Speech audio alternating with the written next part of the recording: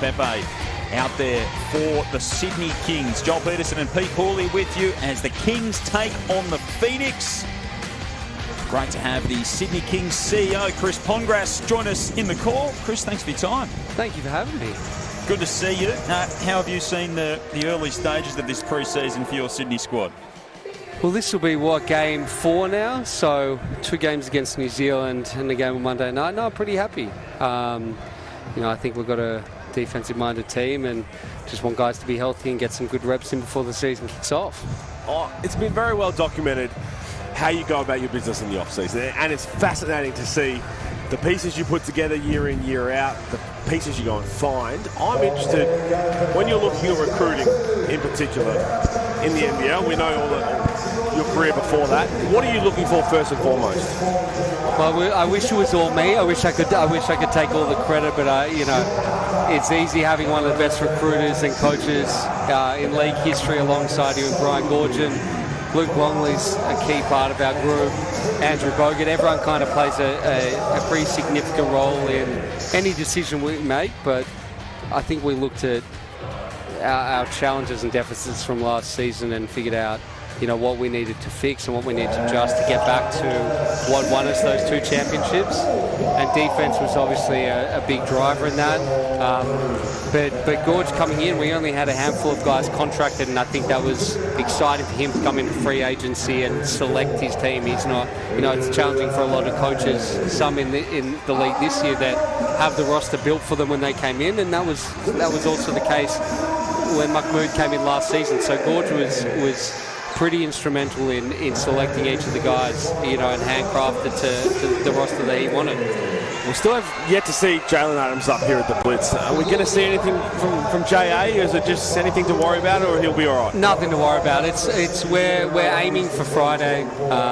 Hope he's available then, but it's something that we also just wouldn't want to put him out at risk. But it was just an ankle tweak at practice, and so nothing that we're too concerned with. So hopefully Friday. So Qual Tui Cooks, Lepepe and Sean Bruce out there to start for the Sydney Kings. It's a fascinating constructed roster if you think that the defensive weapons that you've got. Paul Qual's he's a real X-factor in this squad. What were you looking for when you went after him? What do you think he can bring to your team?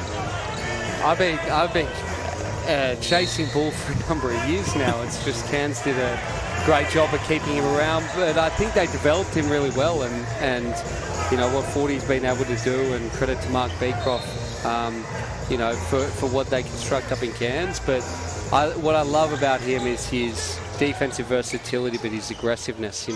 I think the challenge for last year, everyone was complaining that he couldn't stay out of foul trouble, but I also think that this roster complements him the most is because he's not the one that has to be the primary defender at every point in time, right? We were able to put Isaiah Liafa to pick up the ball, Jalen Adams, we've got Xavier Cooks, we've got Alex Tui, we've got, Kelly Lepepe, we've got pretty significant defensive-minded players that he doesn't need to be the primary guy at all times. So I think for him, it's going to be an important year, but he's got guys that will support him through that. So I'm thrilled, and he can shoot the piss out of the ball too. And he's done that for years now, and it's funnily enough, it was mainly whenever he was in Kudos Bank Arena. So he gave me a Castell last year when he came out and scored the first 2 threes of the game. Strong start here from the Phoenix. Offensive firepower they have. 7-0 lead for them early. This man's got a big season ahead of him too. Sure does. If he's doing that, and again, CP, you've seen his growth over the course of last year and going into this year. One thing that impresses me the most, as Soapy just runs into the brick wall of Paul Qual, is the fact that he had that little dip in confidence, right? Yep. Shooting the ball, but again, he stayed with it. And at his age, with all the outside noise and everything, that impressed me the most. But what impressed you the most? Yeah, look, I think he started the year last year really well, shooting the ball really well as he gets another one. And he goes through that slump and it couldn't see one drop, but he had the confidence to keep shooting through it and keep playing through it. Finished the year well, and then spent a lot of time this off-season in the US in Irvine working out with Jordan Hooley, and they've got a great gym over there. He's playing against NBA players, and he came back this year in great shape. He's put on 6 kilos of muscle, and in his lower frame and his shoulders, and then he's just been getting a lot of reps up. So for him, being a consistent three-point shooter, I think is going to bode well for him getting to the NBA, and if he can do that for this whole season, I think he's going to be a legitimate prospect. Jordan Hooley, we love him. Love to see him come down to Australia. Don't love the fact that he wears pandas a lot. He's better than that, and he knows he's better than that. But he continues to prove the pathway that comes through his program as well, which is great to see. And this is what I love to see about the Kings, though, the way they get up in full court. And Geordie Hunter on the other end. Sitting here, actually, TP, if we had no jerseys on, is this a Sydney Kings interest? There's 7 Kings players on the floor.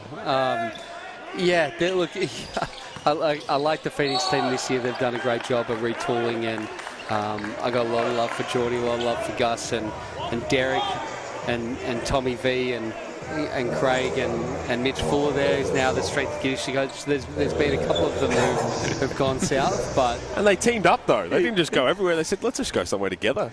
I think that helps with the continuity. They've played with each other a long time, and I think the opportunity that they saw, being able to potentially play more, and coming off last season may have been disappointing for some, but if that helps them succeed again, I want nothing but the best for them. So got a lot of love from there, but hopefully when they're playing Kudos, they're off their game that night.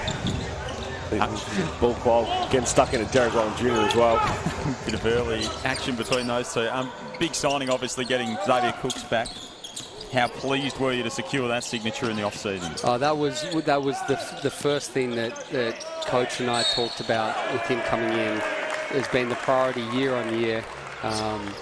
And so for us, we took a trip immediately after we announced Coach. The next morning we got on a flight to go see Xavier in the Philippines when they were over there for the tournament, and sat down with him, and that piece dictated everything else we did with this roster. Again, putting Bulquall and Xavier together was important. Put Isaiah alongside him, and the continuity of Xavier playing with Jalen Adams.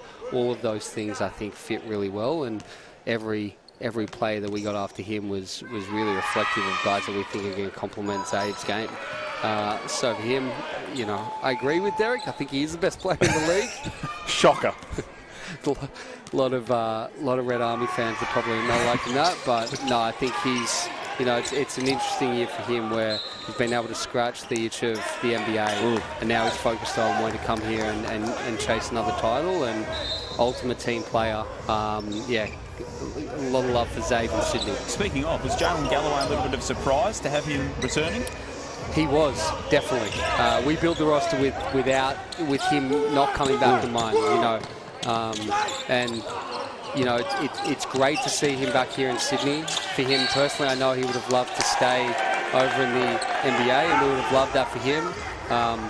But he feels that this is a great stepping stone for him if he wants to.